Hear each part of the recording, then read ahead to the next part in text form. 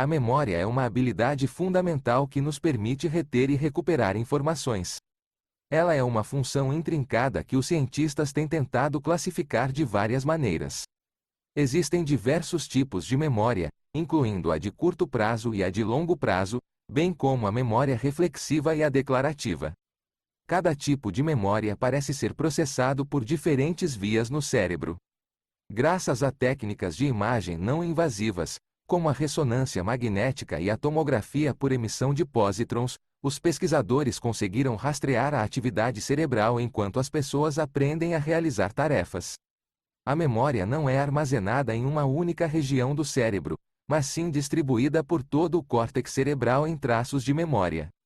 Por exemplo, informações visuais são armazenadas no córtex visual, enquanto informações sonoras são armazenadas no córtex auditivo. A aprendizagem de uma tarefa ou a lembrança de uma tarefa previamente aprendida envolvem múltiplos circuitos cerebrais que funcionam em paralelo. Esse processamento paralelo fornece uma espécie de backup caso um dos circuitos seja danificado. Isso também permite a generalização das memórias, facilitando a comparação de novas informações com as informações previamente armazenadas. Por exemplo, alguém que nunca viu uma bola de vôlei ainda a reconhecerá como uma bola, devido às suas características gerais compartilhadas com outras bolas.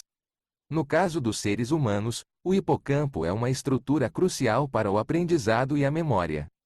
Pacientes que tiveram parte do hipocampo danificada para tratar epilepsia específica enfrentam dificuldades em lembrar novas informações. Eles conseguem lembrar palavras de uma lista dada, desde que sua atenção permaneça focada na tarefa, mas se distraídos, esquecem as palavras e precisam reaprender a lista. Entretanto, as informações armazenadas na memória de longo prazo antes da operação não são afetadas. Esse tipo de incapacidade de lembrar novas informações é conhecido como amnésia anterógrada. A memória apresenta vários níveis de armazenamento e está em constante evolução. Quando um estímulo alcança o sistema nervoso central, ele primeiro é processado na memória de curto prazo, uma área de armazenamento limitado que pode conter apenas cerca de 7 a 12 partes de informação de cada vez. Essas informações na memória de curto prazo tendem a desaparecer a menos que haja um esforço consciente, como repetição, para armazená-las de forma mais permanente. A memória de trabalho é uma forma especial de memória de curto prazo que é processada nos lobos pré-frontais do cérebro. Essa região está envolvida em manter a sequência de informações por tempo suficiente para ser usada em tarefas após a aquisição da informação. A memória de trabalho está associada à memória de longo prazo, permitindo a integração de informações recentemente adquiridas com as informações armazenadas, influenciando-as. Por exemplo, imagine atravessar uma rua movimentada. Você olha para a esquerda e vê que não há carros vindo de longe. Em seguida, olha para a direita e percebe que também não há carros se aproximando. Sua memória de trabalho armazenou a informação de que a rua à esquerda estava vazia e, com base no seu conhecimento de segurança, você conclui que é seguro atravessar a rua em qualquer direção. Em indivíduos com danos nos lobos pré-frontais, essas tarefas se tornam mais desafiadoras, pois não conseguem lembrar se a rua estava vazia à esquerda enquanto avaliam o tráfego à direita.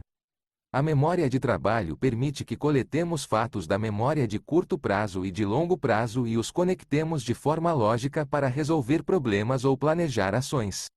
A memória de longo prazo é uma área de armazenamento capaz de reter uma grande quantidade de informações.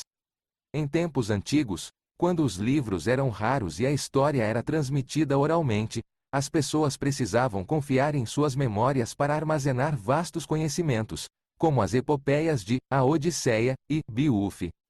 A consolidação é o processo pelo qual as memórias de curto prazo se transformam em memórias de longo prazo e pode levar de segundos a minutos.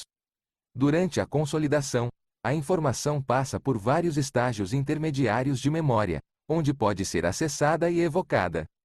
Ao estudar a consolidação da memória de curto prazo para a memória de longo prazo, os cientistas descobriram que esse processo envolve alterações na excitabilidade neuronal e nas conexões sinápticas dos circuitos envolvidos na aprendizagem. Isso inclui a formação de novas sinapses e a modificação da eficácia da transmissão sináptica, demonstrando a plasticidade cerebral e a dinâmica das conexões neurais. A memória de longo prazo é subdividida em dois tipos que utilizam diferentes vias neurais para consolidação e armazenamento. A memória reflexiva, ou implícita, é automática e não requer processos conscientes para formação ou evocação. Ela envolve o corpo amidaloide e o cerebelo e é adquirida gradualmente por meio da repetição. Isso inclui habilidades motoras, procedimentos e hábitos que não exigem pensamento consciente, como escrever um ponto no final de uma frase ou pegar um garfo. Por outro lado, a memória declarativa, ou explícita, exige atenção consciente para ser evocada e geralmente depende de habilidades cognitivas superiores, como inferência, comparação e avaliação. As vias neurais envolvidas na memória declarativa estão nos lobos temporais e ela diz respeito ao conhecimento sobre nós mesmos e o mundo ao nosso redor que pode ser verbalmente relatado ou descrito. Às vezes, informações podem ser transferidas da memória declarativa para a memória não declarativa. Por exemplo, ao aprender a lançar uma bola quando criança, exigia-se atenção cuidadosa para coordenar os movimentos. No entanto, com a prática, a mecânica do lançamento se torna automática, permitindo ao indivíduo usar sua mente consciente para analisar outros aspectos, como a trajetória e o tempo do lançamento. A memória é altamente individual, moldada por experiências e percepções pessoais do mundo. Como as pessoas têm experiências únicas ao longo de suas vidas, é improvável que duas pessoas processem a mesma informação da mesma maneira. Isso é importante lembrar ao estudar em grupo, já que cada membro pode aprender e lembrar informações de maneira diferente. A perda de memória e a incapacidade de processar e armazenar novas memórias são condições clínicas devastadoras. Em pessoas mais jovens, a perda de memória geralmente está relacionada a traumas cerebrais causados por acidentes. Em pessoas mais velhas, derrames e doenças progressivas, como a demência, são as principais causas de perda de memória.